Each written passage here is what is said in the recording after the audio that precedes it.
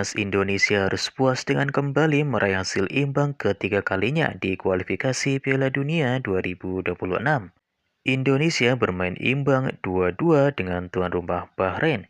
Indonesia tertinggal lebih dulu saat Muhammad Marhon mencetak gol di menit 15, namun berhasil disamakan Indonesia berkat gol Ragnar Oratmangun di penghujung babak pertama. Indonesia bahkan sempat unggul di babak kedua melalui gol yang dicetak Rafael Strijk di menit 74. Namun kemenangan Indonesia seketika sirna setelah Bahrain menyamakan kedudukan di menit tambahan waktu babak kedua yang semestinya pertandingan sudah selesai. Usai Bahrain berhasil menyamakan kedudukan, wasit asal Oman pun langsung meniup peluit panjang tanda berakhirnya pertandingan. Lantas seperti inilah komentar-komentar dari fans Jepang melihat laga Indonesia versus Bahrain. Pada akhirnya wasit tidak meniup peluit tapi hasil imbang di menit-menit terakhir. Saya merasa kasihan pada Indonesia. Ini mengingatkan saya pada tragedi di Doha. Ada banyak waktu tambahan, saya merasa sedikit kasihan pada Indonesia. Setelah melalui hal seperti ini, kalian akan menjadi lebih kuat lagi. Aku tidak boleh lengah. Ini mungkin pertandingan yang mengecewakan bagi Indonesia, tapi menurut saya alangkah baiknya mereka bisa meraih 1 poin di laga tandang. Sebaliknya, Bahrain tidak bisa menang melawan Indonesia di kandang sendiri, merupakan hasil yang sulit. Dilihat dari pertandingan hari ini, Indonesia cenderung ditulis sebagai negara peringkat rendah, tapi menurut saya tidak menutup kemungkinan mereka bisa lolos di peringkat 3 atau lebih tinggi. Indonesia kemungkinan akan memegang kunci lolos ke grup ini. Fakta bahwa kami terikat dengan pemain-pemain Timur Tengah adalah faktor besar. Indonesia bermain imbang dengan Arab Saudi dan Australia juga bermain imbang dengan Bahrain, jadi saya rasa semuanya berjalan baik. Dilihat dari pertandingan hari ini, Arab Saudi nampaknya sedikit lebih lemah dari Jepang, namun di grup ini kekuatan selain Jepang bersaing. Jika mereka bisa menang 2 kali melawan Cina tanpa henti dan menang melawan Bahrain di kandang sendiri, mereka bisa naik ke peringkat ketiga.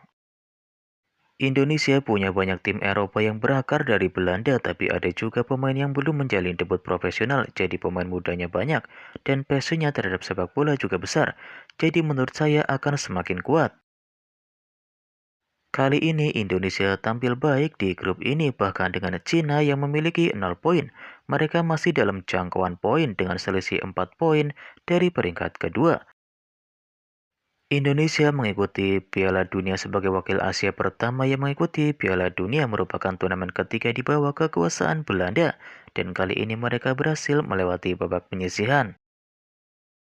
Reaksi supporter Indonesia di kualifikasi Olimpiade dan Piala Dunia bakalan menegangkan kalau di Jepang. Rasanya bisa berangkat tapi tidak bisa, rasanya bisa menang tapi tidak bisa menang. Saya mendengar Indonesia menaturalisasi sejumlah besar orang Belanda yang berasal dari Indonesia untuk memperkuat level mereka.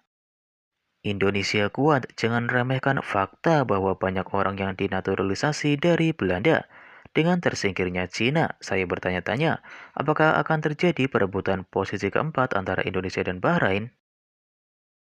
Indonesia mampu memenangkan pertandingan tandang dari Bahrain hingga pertengahan pertandingan, dan mereka memiliki kemampuan untuk melakukannya. Mungkin Jepang harus paling berhati-hati. Tersisa hingga babak kualifikasi terakhir 3 pertandingan imbang, Indonesia juga semakin kuat di antara tim-tim papan atas. Strategi mendatangkan naturalisasi lumayanlah, tapi susah ditembus strateginya. Kalau kita tidak bisa menang, kita akan diejek sebagai tentara kedua Belanda. Draw kolektor, hasil imbang melawan Bahrain bukanlah hal yang baik, akan menyenangkan untuk menang di lain waktu. Dalam perebutan posisi keempat, sepertinya negara-negara yang tidak bisa mengalahkan Cina akan tersingkir. Saya ingin Indonesia melakukan yang terbaik. Saya rasa Indonesia adalah tim yang akan menjadi lebih kuat di masa depan. Jika dia memenangkannya, dia akan menjadi lebih menakutkan.